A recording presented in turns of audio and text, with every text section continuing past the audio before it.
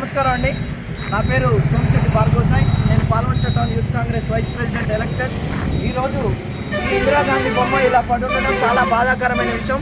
ఎందుకంటే ఆ రోజు ఎమ్మెల్యే కాంగ్రెస్ పార్టీ ఎమ్మెల్యేగా ఉన్నటువంటి వనమా వెంకటేశ్వరరావు గారు ఈ భూములన్నీ ఇక్కడ చుట్టుపక్కల కనిపిస్తున్న భూములన్నీ 817 అని ఫారెస్ట్ భూములని ప్రభుత్వం లాక్కునే రోజుల్లో ఇక్కడ ఎంతోమంది పేదవాళ్ళు ఉన్నారు.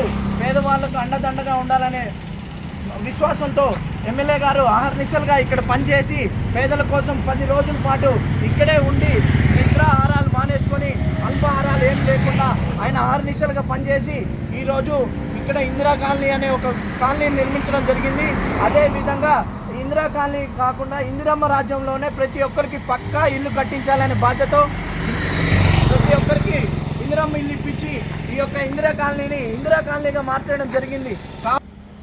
అదే 817 భూములు ఉన్న ఈరోజు భూమి వాల్యూ గజం 1000 రూపాయలు లేని రోజు నుండి ఈరోజు గజం 10,000 15,000 రూపాయలుగా వచ్చిన రోజుల్లో ఇట్లాంటి ఇందిరమ్మ కాలనీకి ఇందిరమ్మకు చోటు లేని పరిస్థితి తీసుకొచ్చిన ఈ దౌర్భాగ్యులకు ఎటువంటి శిక్షణ ఇవ్వాలనేది పార్టీలో కష్టపడ్డ నాయకులకు కాకుండా పారాషూట్ లీడర్లకు, పార్టీ అంటే ఏంటో తెలియని నాయకులకు టికెట్లు ఇవ్వడం వల్ల ఈరోజు ఈ ఇందిరమ్మకి పరిస్థితి వచ్చింది.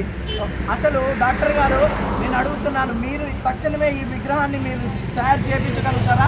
లేదు అంటే నా సొంత పైసలతో, నా సొంత డబ్బుతో నేను ఈ బొమ్మను వారం రోజుల్లో తయారు చేసి పెడతాను.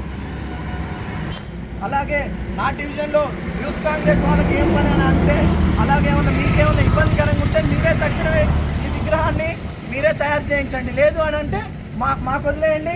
మా యూత్ కాంగ్రెస్ అందరి ఆధ్వర్యంలో మాకు ఖచ్చితంగా ఈ యొక్క ఇందిరమ్మ విగ్రహాన్ని ఎక్కడైతే ఉందో అక్కడే అందంగా చక్కదిద్ది ఇందిరా కాలనీని మళ్ళీ ప్రజలందరికీ మేము చూపిస్తామని చెప్తున్నాం. జై కాంగ్రెస్, జై జై కాంగ్రెస్.